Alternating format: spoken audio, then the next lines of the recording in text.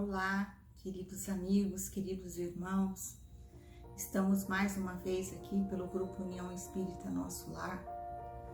O Aldo, nosso querido irmão, nos traz uma reflexão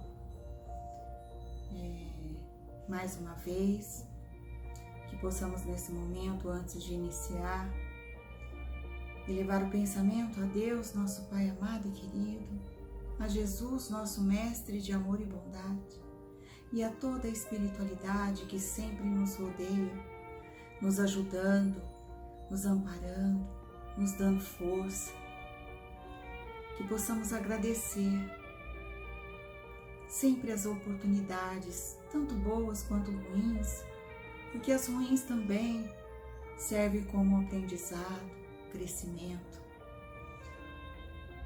Que possamos também rogar a Jesus para nos dar muita força, sabedoria, para seguir em frente, semeando o amor, a bondade, a humildade e a caridade. Que sejamos sempre semeadores de Jesus e colocando sempre em prática seus ensinamentos.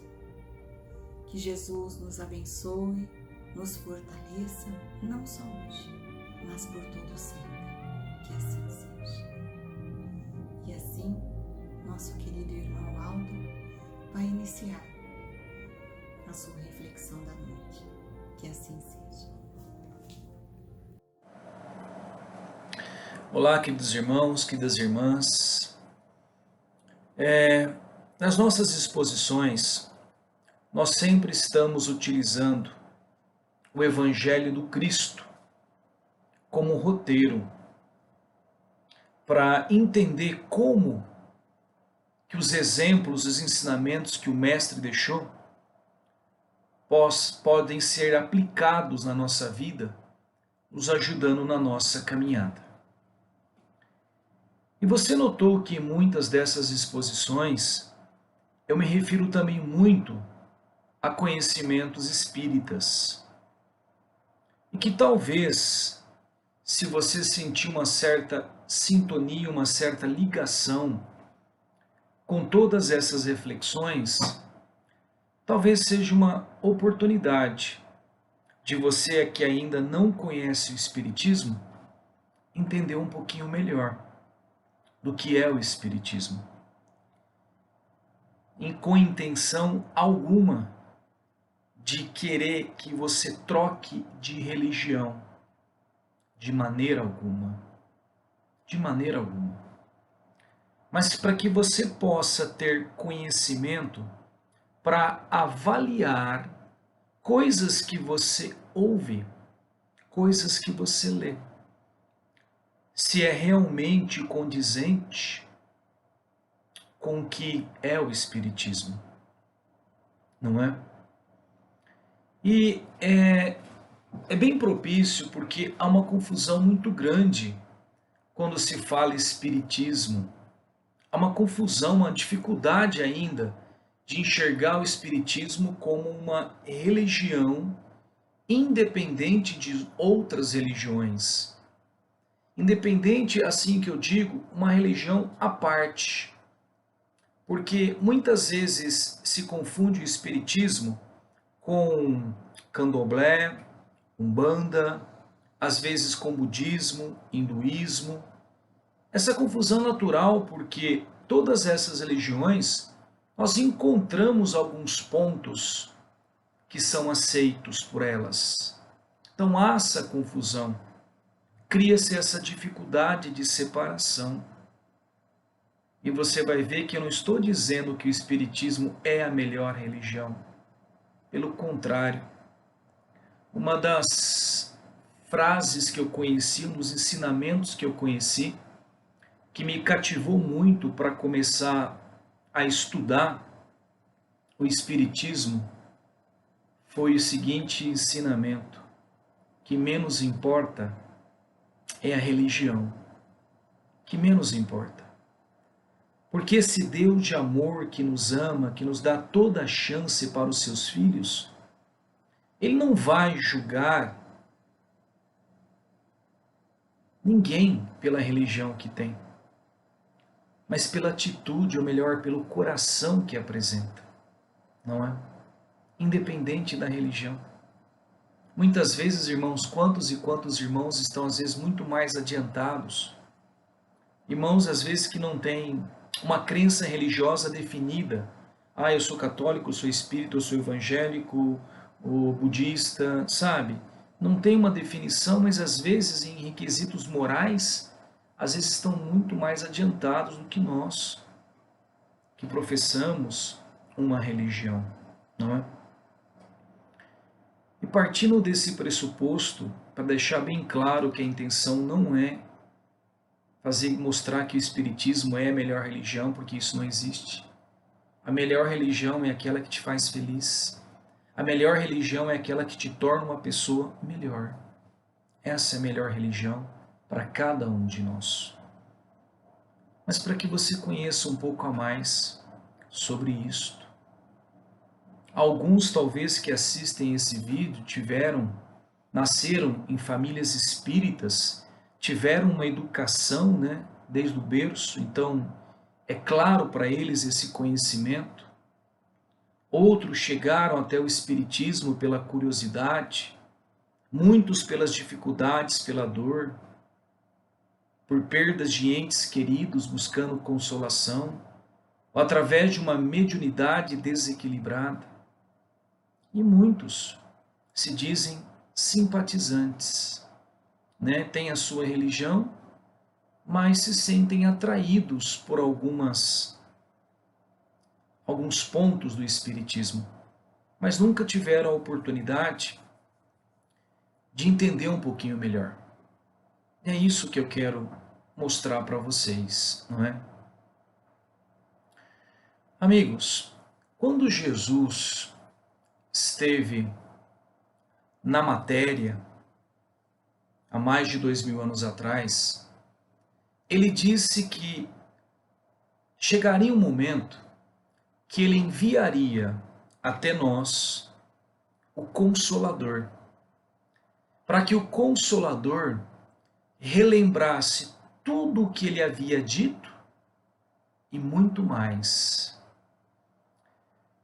Porque naquela época, 2000 anos atrás, né, talvez até nós reencarnados naquela época, nós não tínhamos condições morais e principalmente intelectuais para entender tudo. É como se a gente quisesse explicar para uma criança de 5 anos cálculos matemáticos avançados. É necessário ainda muitas bases para entender isso. Então Jesus, né, Filho de Deus, conhecimento maravilhoso sobre tudo, não poderia revelar, né, de maneira absoluta tudo o que ele conhecia para as crianças que ainda somos nós. E por muitas vezes ele utilizou de parábolas, de historinhas, para passar a mensagem moral sobre aquilo que ele queria. E que permanece até hoje essas mensagens, não é? Mas que à medida que nós fôssemos evoluindo, crescendo, cientificamente, racionalmente, moralmente, que ele pediria ao Pai para que enviasse a nós o Consolador, que daria um significado mais amplo, uma explicação mais racional, mais aberta sobre tudo aquilo que ele disse.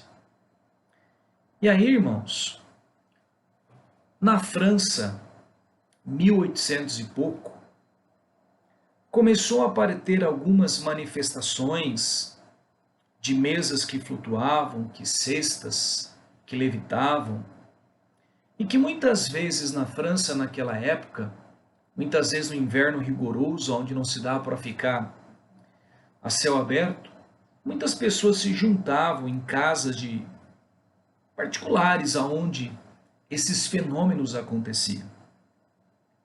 Que na verdade eram os espíritos chamando a atenção naquele momento da humanidade, utilizando-se desses fenômenos para começar a revelar a existência do mundo espiritual, a existência desse plano espiritual. E nessa época, muitos utilizavam apenas como uma diversão para o local. Muitos iam como uma diversão. E nessa época, um professor, um pedagogo, né, se interessou muito por esses fenômenos que estavam acontecendo. Hippolyte Léon Rivail.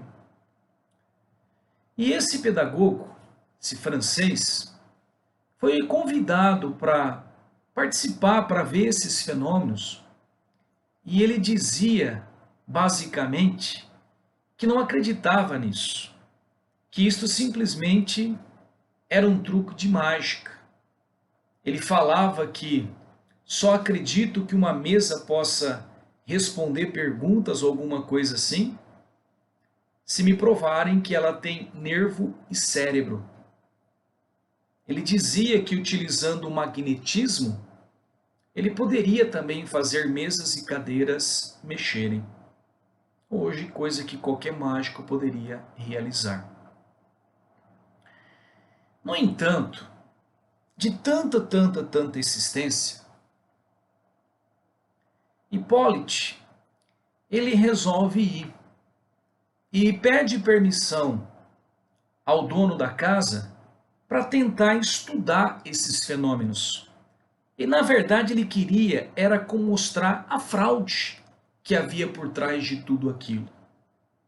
Ele era um cientista, era um escritor, era um professor, foi discípulo de Pestalozzi, um grande educador na época, e ele tinha um senso científico excepcional, uma razão excepcional. E a intenção dele no início era justamente mostrar a fraude. Pesquisou a fundo e verificou que seria impossível alguém estar produzindo aqueles fenômenos.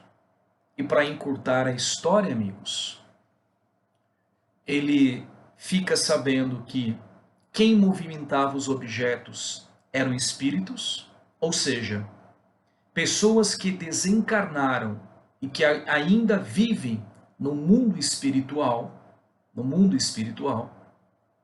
e que agora era chegado o momento desse Consolador prometido por Jesus começar a iniciar esses trabalhos, desvendando todo um mundo até então desconhecido, que estava a nível dos pensamentos, das superstições, das magias, das bruxarias, mostrando esse mundo. O Espiritismo ele é considerado a terceira revelação. Moisés é a primeira revelação. Moisés vem numa época anterior a Jesus mostrar um Deus de justiça, um Deus forte, um Deus guerreiro, porque naquela época o povo não aceitaria um Deus de amor, um Deus que perdoa. Era necessário apresentar Deus de uma maneira na altura em que ele se encontrava.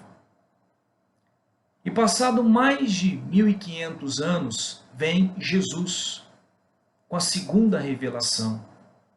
Transformar essa ideia de Deus num Deus de amor, num Deus que perdoa, num Deus que me ama. E o Espiritismo, considerada a terceira revelação, vem mostrar a compreensão e a vivência desta justiça e desse amor.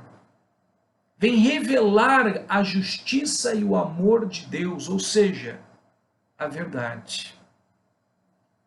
Nos juntar a nossa fé, o nosso racional, juntar a religião com a ciência. E como Denizar, ele era bastante conhecido na época pelos livros publicados, já tinha uma certa história. Ele passa a fazer pesquisas desse mundo espiritual e ele passa a utilizar o pseudônimo de Allan Kardec, que é o que muitos hoje, né, já ouviram falar no espiritismo. Então, esse cientista, ele usa o pseudônimo.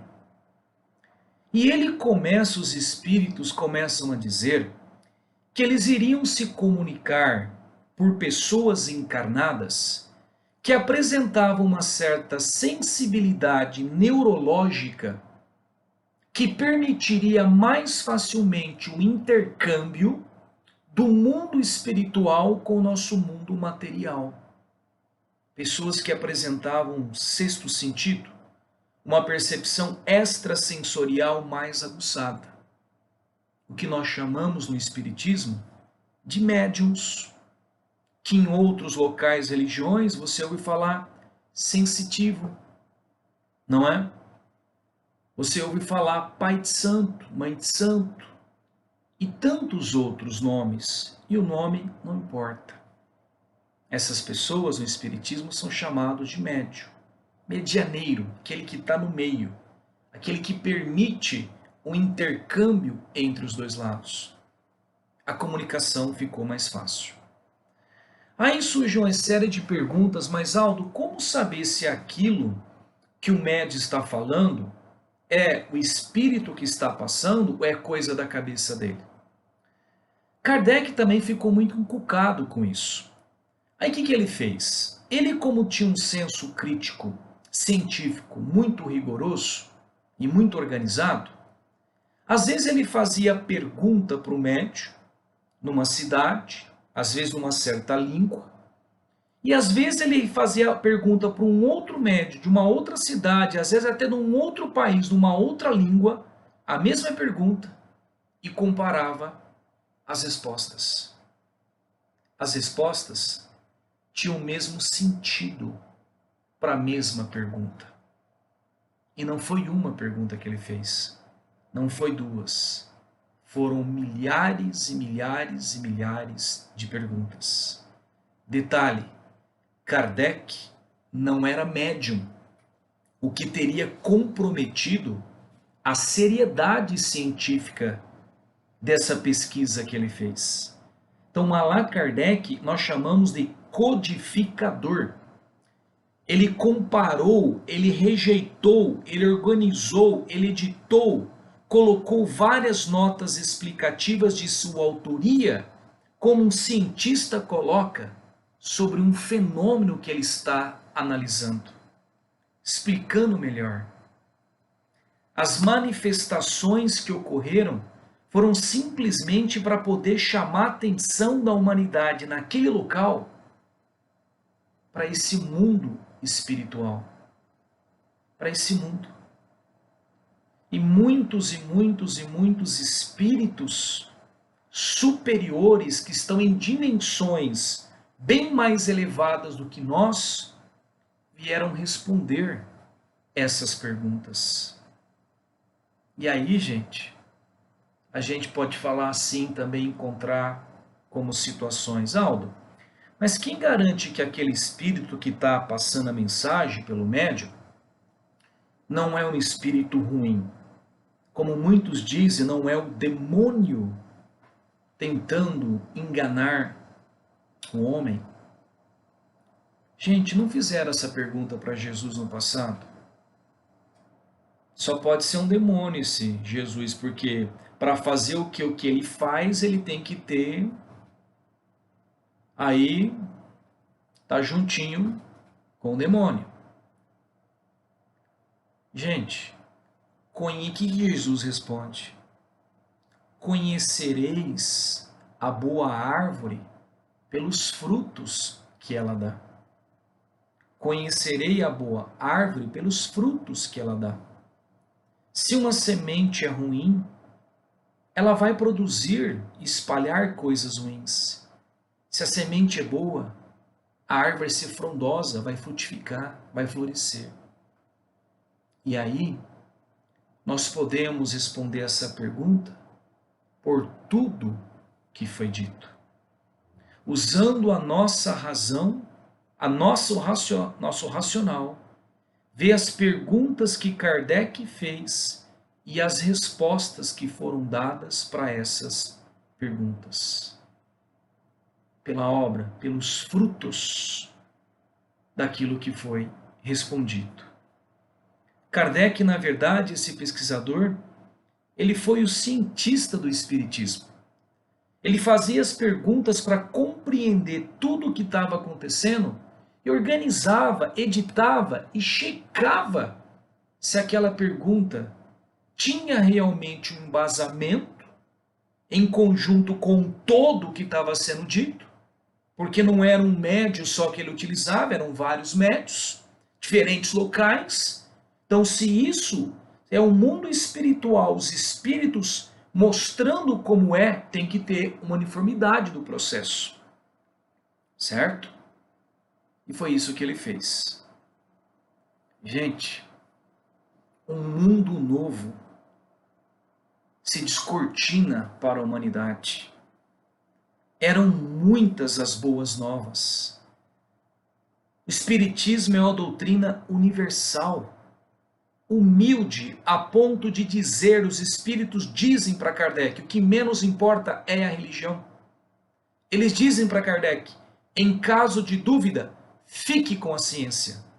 Se um dia, o que nós falamos aqui para vocês, um dia a ciência mostrar que está errado, fique com a ciência.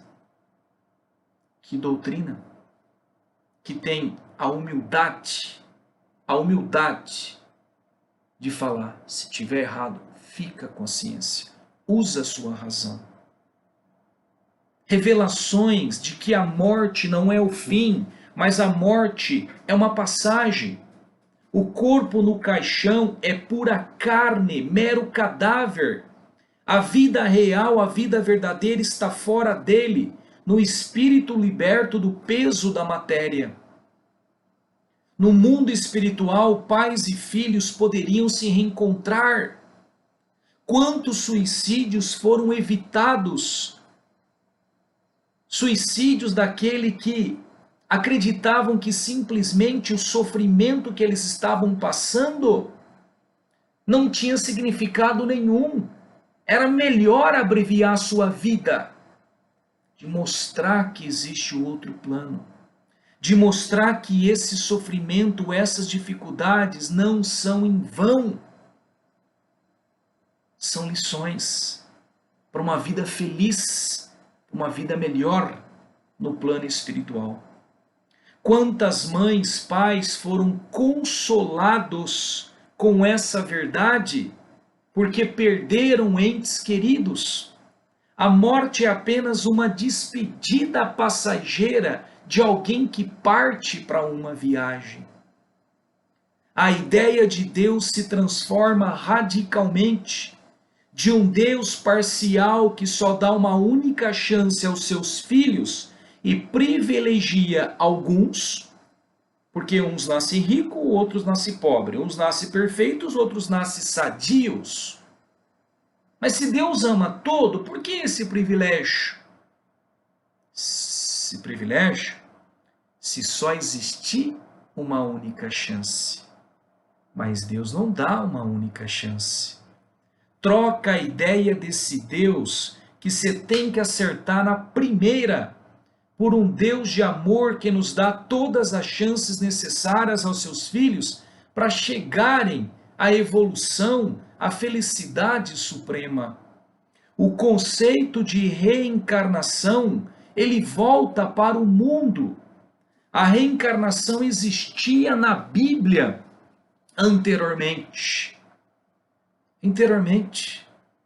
Foi tirada a pedido da rainha Eudóxia, feita pelo imperador Flávio Arcádio, que um dos pedidos da esposa é que eliminasse o conceito de reencarnação, porque ela não admitia que ela poderia numa outra vida voltar.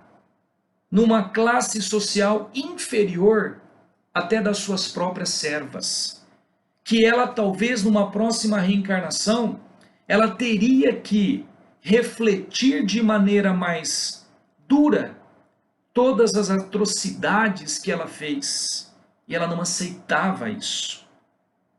E a pediu para o seu marido, e ele faz num concílio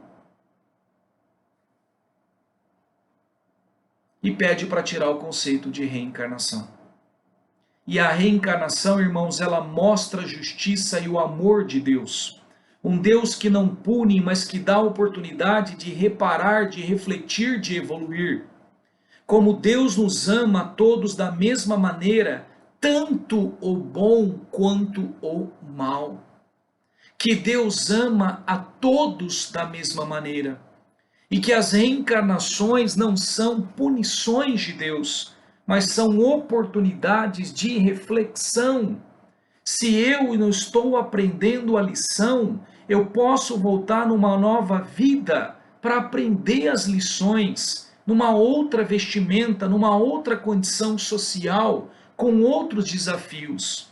Se hoje eu estou me perdendo usando a minha riqueza simplesmente para o meu egoísmo, para o mal, não estou ajudando, estou usando apenas para o meu prazer, Deus não como castigo, mas como oportunidade, me dá a chance numa outra reencarnação, talvez voltar de uma forma mais simples economicamente, para poder valorizar o trabalho honesto, o esforço, né, a necessidade. Se hoje eu nasci num corpo perfeito, estou usando apenas para valorizar as coisas externas, esquecendo do meu espírito, esquecendo de crescimento espiritual, estou usando a minha beleza para a infidelidade, para o desvio. Deus me dá a oportunidade em outras reencarnações, não como castigo, mas como oportunidade de aprender, às vezes em voltar em vestimentas não tão perfeitas, para que eu possa também valorizar as coisas internas. Não é? O Espiritismo vem mostrar a pluralidade dos mundos habitados. A Terra é apenas um dos mundos habitados nesse universo infinito e está longe de ser o mais evoluído deles. E graças à nossa evolução, nosso aperfeiçoamento, nós podemos passar de um mundo para outros mundos mais felizes, à medida que nós vamos crescendo espiritualmente.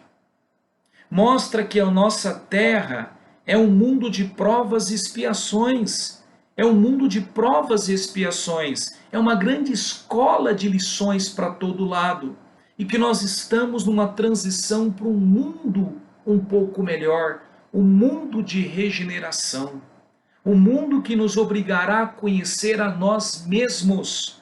Chega de apontar o defeito no vizinho, chega de tentar tirar o cisco no olho do outro. É o momento de nós agora nos olharmos, de limpar essa casa interior, de permitir que o reino de Deus se manifeste de uma maneira mais clara dentro de nós. O Espiritismo vem mostrar que o céu e o inferno estão nas mãos de cada um de nós. Nós estamos de passagem por esse planeta para resgatar, para ser ensinados por lições que nós estamos ainda teimando e não aprender. Renascendo, renascendo, tentando, num processo constante, rumo à perfeição. O Espiritismo vem nos alertar e nos coloca a responsabilidade do que nós vivemos, das nossas decisões, em nossas mãos. Nós elegemos o bem e o mal pelas nossas escolhas e pela nossa sintonia. Ele nos mostra roteiros que devemos seguir para a nossa felicidade e também nos alerta das consequências de permanecermos sem avançar nos mesmos erros. A semeadura é opcional, mas a colheita é obrigatória. Nós vamos colher o que nós plantamos, tanto em aspectos positivos quanto em aspectos negativos. Gente, Kardec,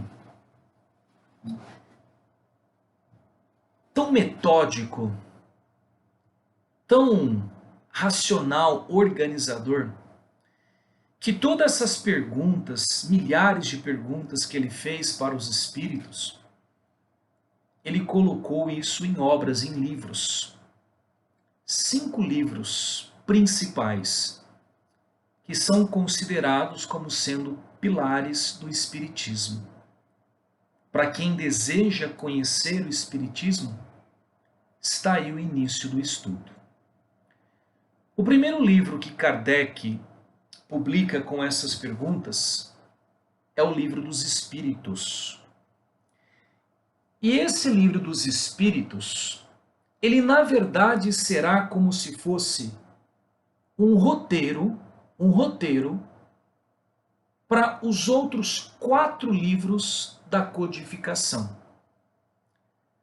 Kardec ele vai colocar nesse livro, ele vai dividir esse livro em 4 partes principais, em 4 assuntos principais. E cada parte que ele coloca aqui, ele vai aprofundar, ele vai detalhar em um dos outros 4 livros. É como se esse Livro dos Espíritos fosse um manual que vai te remeter às lições mais profundas, mais racionais, em cada dos outros 4 livros. A primeira parte que Kardec ele coloca em termos de pergunta e resposta, o que torna a leitura agradável. Então ele faz pergunta, ouve as respostas, escreve e quando coloca até comentários sobre a opinião dele do que ele ouviu. A primeira parte é das causas primárias, que vai falar sobre Deus e o universo.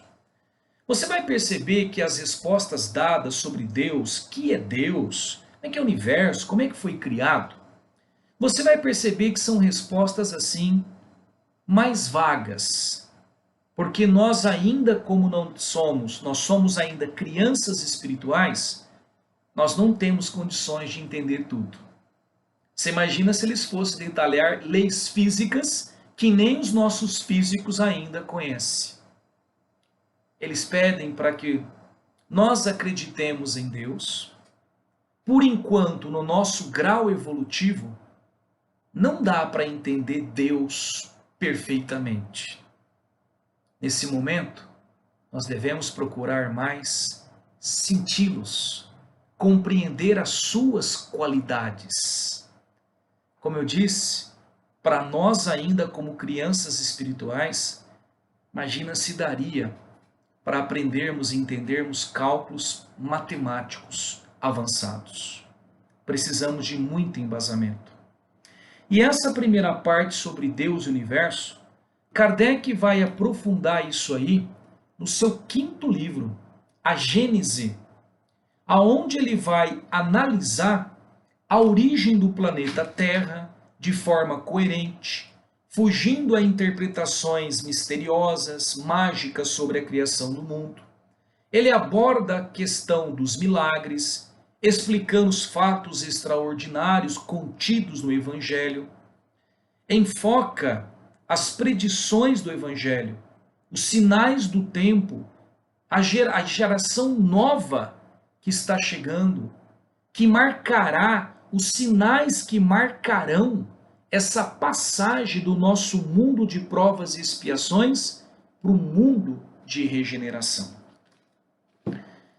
A segunda parte que tem no Livro dos Espíritos é a parte que fala do espírito e suas relações com o mundo espiritual e material. Detalhes sobre o mundo espiritual. O que são os espíritos? Quais são as classes de espíritos que existem? E essa segunda parte, ela será aprofundada por Kardec no Livro dos Médiuns. O Livro dos Médiuns. Esse livro reúne o ensino dos espíritos superiores sobre a explicação das manifestações mediúnicas, o mecanismo, os meios de comunicação com os espíritos, expõe de uma maneira clara que a mediunidade é uma faculdade humana, natural, orgânica, bem como as dificuldades e tropeços que possam surgir na prática mediúnica e os caminhos seguros para a mediunidade consciente e responsável. Ele consola nesse livro aqueles que apresentam mediunidade, mostrando que se trata de um dom e não como uma doença, como é vista anteriormente. Quantos são internados em clínicas como loucos, desequilibrados, devido à mediunidade que não conhece? Quantos morreram queimados, enforcados como bruxos, e atualmente, como disse, às vezes são dopados com remédios, e simplesmente porque são neurologicamente mais desenvolvidos do que nós. É muito importante, irmãos, a educação mediúnica, a educação, para que nós possamos saber como convivermos com essa interação com o mundo espiritual. A educação mediúnica é o estudo e a conscientização do que é a mediunidade, quais as suas características, como se comportar, como controlá-las. Certo? Muitas vezes quando se fala assim, nossa, mediunidade, surgem algumas pessoas, principalmente aquelas que estão conhecendo o espiritismo pela primeira vez, o cara já quer sentar, já quer psicografar como Chico Xavier. Eu costumo falar, irmãos, que mediunidade sem estudo é igual você dirigir uma Ferrari sem freio, amigo. Você vai quebrar a cara. Essa história não vai acabar bem. Então, educação mediúnica. O que é educação? Conhecimento. Saber. No momento eu estou irritado, estou com uma certa irritação. Pode ser um irmãozinho que está tentando aqui interagir. Como é que eu faço para evitar essas influências? Como é que eu faço para me proteger? Como é que eu faço para atrair perto de mim amigos espirituais que querem me ajudar? Nessa obra, você vai encontrar as respostas para isso. A terceira parte do Livro dos Espíritos vai falar sobre as 10 leis morais, principalmente a lei de justiça, de amor e caridade. E isto será aprofundado num dos livros, o Evangelho segundo o Espiritismo.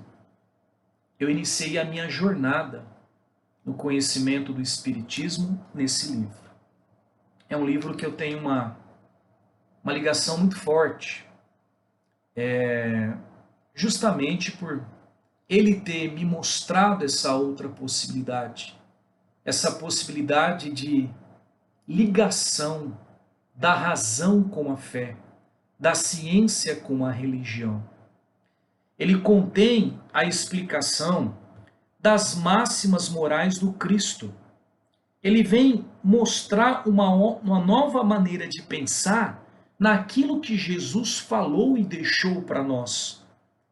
Ele vem mostrar como as palavras, os ensinamentos do Cristo têm uma concordância enorme com o Espiritismo.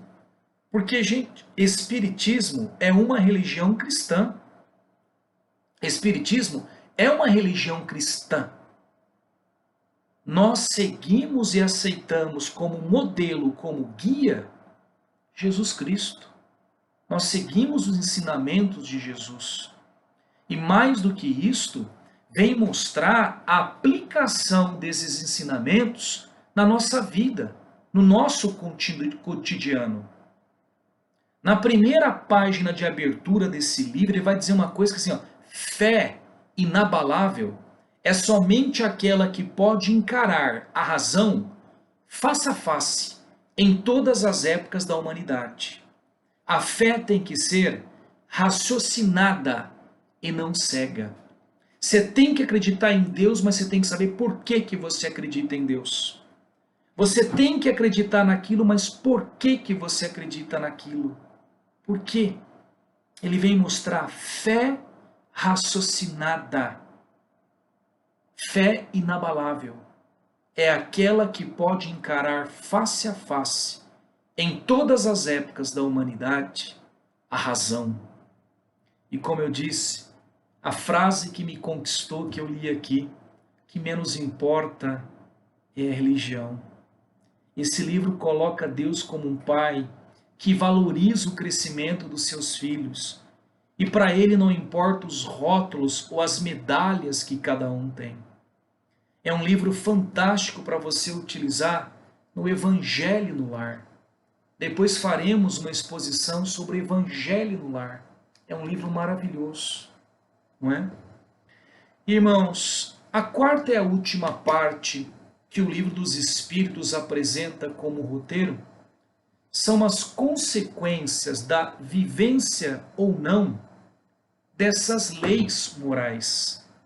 As consequências da gente seguir ou não esses ensinamentos deixados por Jesus.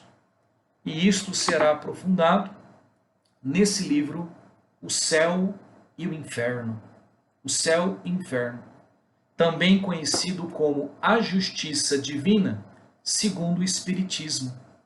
Explica a passagem da vida corporal à vida espiritual.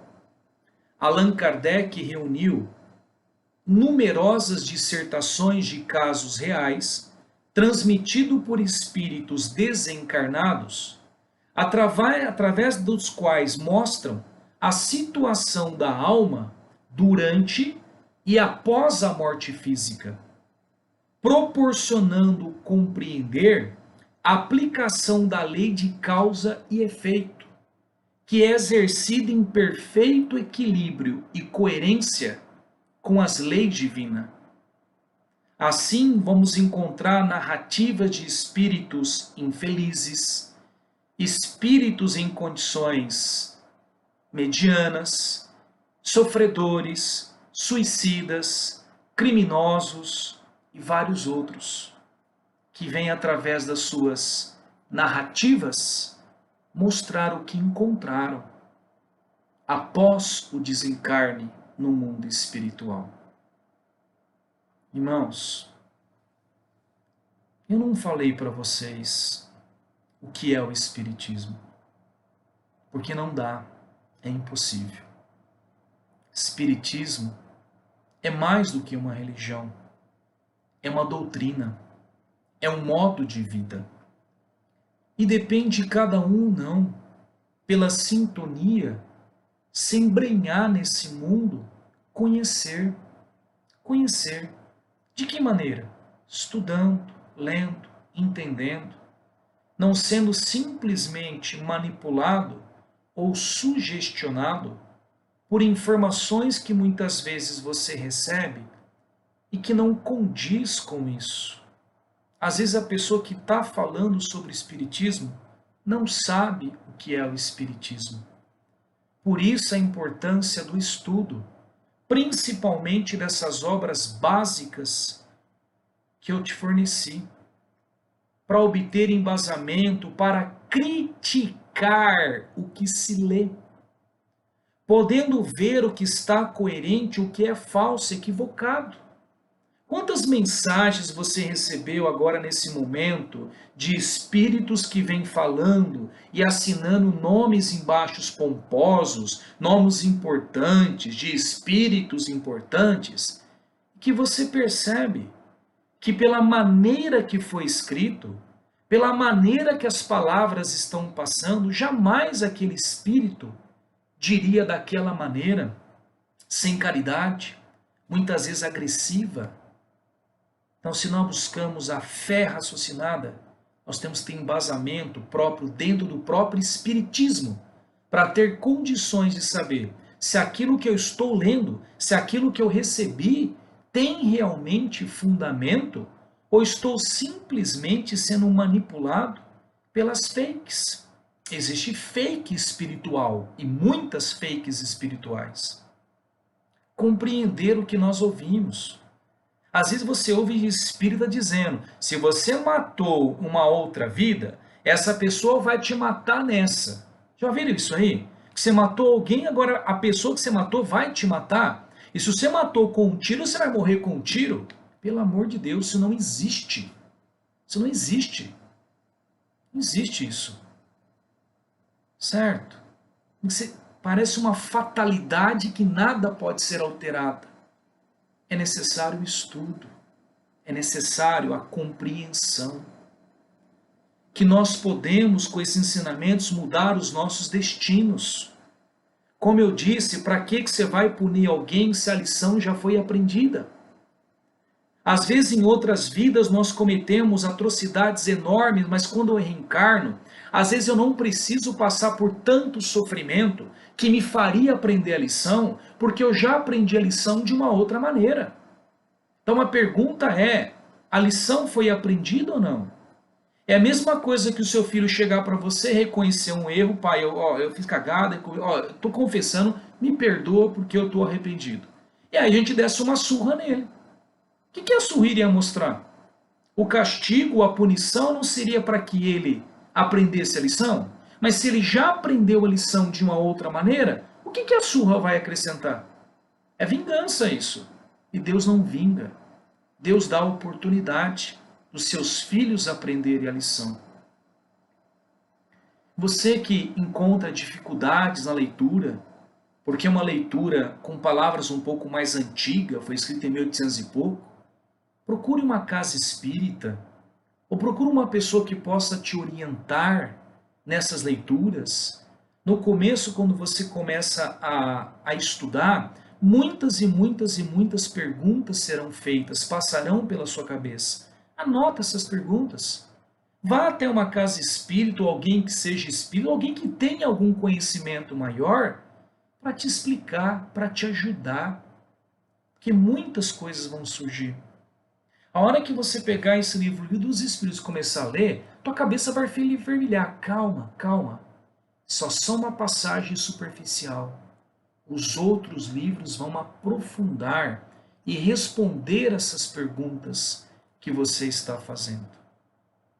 Então, amigos, novamente, minha intenção nesse vídeo era dar oportunidade a você que não conhece o Espiritismo ter um início muito modesto, perto do que existe a ser conhecido.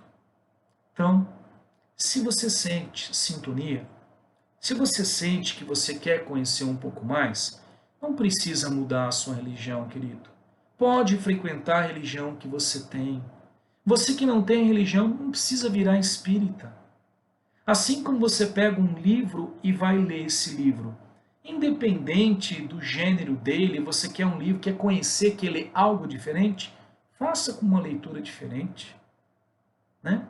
O próprio crescimento.